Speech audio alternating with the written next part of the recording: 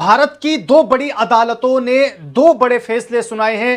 पहला फैसला यह है कि सुप्रीम कोर्ट ने जिस तरह अल्लाह के रसूल सल्लल्लाहु अलैहि वसल्लम की शान में गुस्ताखियां की जा रही है, इस मामले के ताल्लुक से सुप्रीम कोर्ट में अर्जी दायर की गई थी, लेकिन सुप्रीम कोर्ट ने यह फैसला सुनाया है कि हम इस पूरे मामले के ताल्लुक से सुप्रीम कोर्ट में फौरन इस केस पर सुनवाई नहीं कर सकते हैं। वहीं दोस्तों, दूसरा फैसला अहमदाबाद हाई कोर्ट ने सुनाया है और उस फैसले के आने के बाद सदर जमीयत उलमा हिंद हजरत मौलाना अरशद मदनी ने भी एक बड़ा ऐलान किया है। आखिरकार अहमदाबाद हाई कोर्ट ने क्या कुछ फैसला सुनाया है, आइए पूरी तफसील से देख लेते हैं और यह भी देखेंगे कि हजरत मौलाना अरशद मदनी ने अहमदाबाद की हाई कोर्ट के इस फैसले पर क्या कुछ ऐलान किया है। साल 2008 का अहमदाबाद धमाके केस तो आप सबको याद ही होगा। वो एक ऐसा दर्दनाक और खौफनाक दिन था जिसने पूरे मुल्क को हिलाकर रख दिया था। आज उसी मामले से जुड़ी एक बहुत बड़ी और अहम खबर आप लोगों के सामने बताने जा रहा हूं कि गुजरात हाई कोर्ट ने पीर के दिन इस केस पर एक तारीखी और बड़ा फैसला सुनाया है, जिसने एक बार फिर इस पूरे मामले को सुर्खियों में ला खड़ा कर दिया है। चलिए आज हम बिल्कुल आसान जुबान में समझ लेते हैं कि अदालत ने अपने फैसले में क्या कुछ कहा है और आप आगे क्या होने जा रहा है। तो हुआ यूं कि गुजरात की हाई कोर्ट ने पीर के रोज अपना फैसला सुनाते हुए निचली अदालत यानी सेशन कोर्ट के पुराने फैसले को बिल्कुल दुरुस्त माना है और उसे बरकरार रखा जाएगा।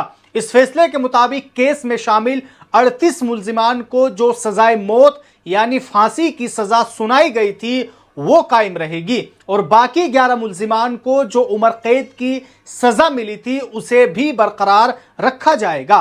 दोस्तों, इस फैसले के साथ ही गुज़िश्ता तकरीबन 18 सालों से चलने वाले इस बड़े और तवील मुकदमे का एक बहुत अहम मरहला तो पूरा हो चुका है, लेकिन कहानी यहां खत्म नहीं होती। अब यह कानूनी लड़ाई मुल्क की सबसे बड़ी अदालत यानी सुप्रीम कोर्ट में पहुंचने वाली है। यह फैसला हाई कोर्ट के 2 जजों की बेंच ने सुनाया है। इन जज साहिबान ने तकरीबन 1 साल तक इस केस की लगातार समाअत की, दोनों तरफ के दलाइल और बातें सुनने और फिर अपना फैसला महफूज कर लिया था, जिसे अब जाकर अदालत में सुनाया गया है। अदालत ने मुल्जिमान की तरफ से दायर की गई तमाम अपीलों को रिजेक्ट कर दिया है। इस पूरे केस में कुल 49 मुल्जिमान शामिल है और आपको ये जानकर हैरत होगी कि ये तमाम लोग पिछले 18 सालों से जेल में बंद हैं और उनकी किस्मत का फैसला होने में इतना लंबा वक्त लग गया है। उनमें से 39 मुल्जिमान की कानूनी मदद जमीयत उलमा महाराष्ट्र नामी तंजीम अहमदाबाद जमीयत के ताउन से कर रही है, जो इतने सालों से अदालत में इन तमाम लोगों का केस लड़ रही है। अब जैसे ही हाई कोर्ट का यह फैसला आया तो मुल्जिमान के वकाला और जमीयत उलमा हिंद के सदर हजरत मौलाना अरशद मदनी ने इस पर शदीद अफसोस और मायूसी का इजहार किया है। उन्होंने इस फैसले को नाकाबिल यकीन और मायूस कुन करार दिया है।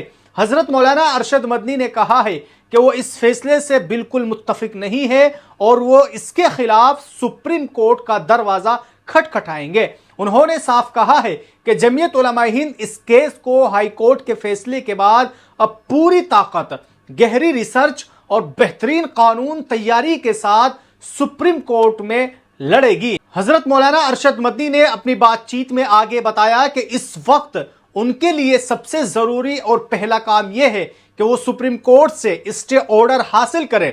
स्टे ऑर्डर का मतलब आसान जुबान में यह है कि जब तक सुप्रीम कोर्ट इस केस की पूरी दोबारा जांच ना कर ले तब तक किसी मुल्जिम की फांसी या सजा पर अमल न किया जाए, यानी उसे रोक दिया जाए और उनकी कानूनी टीम को फौरन कार्रवाई शुरू करने की हिदायत दी जा चुकी है। अपने मौकिफ को मजबूत करने के लिए मौलाना अरशद मदनी ने मुल्क की अदालती तारीख का एक पुराना और बड़ा हवाला भी दिया है। उन्होंने अक्षरधाम मंदिर हमला केस को याद दिलाया और कहा है कि इस मुकदमे में भी निचली अदालतें और हाई कोर्ट ने मुल्जिमान को सजा सुना दी गई थी, लेकिन जब वो मामला सुप्रीम कोर्ट पहुंचा तो वहां की अदालत ने तमाम मुल्जिमान को बिल्कुल बेगुनाह करार देकर बरी कर दिया था और गुजरात पुलिस की तफ्तीश पर सख्त सवालात उठाए थे।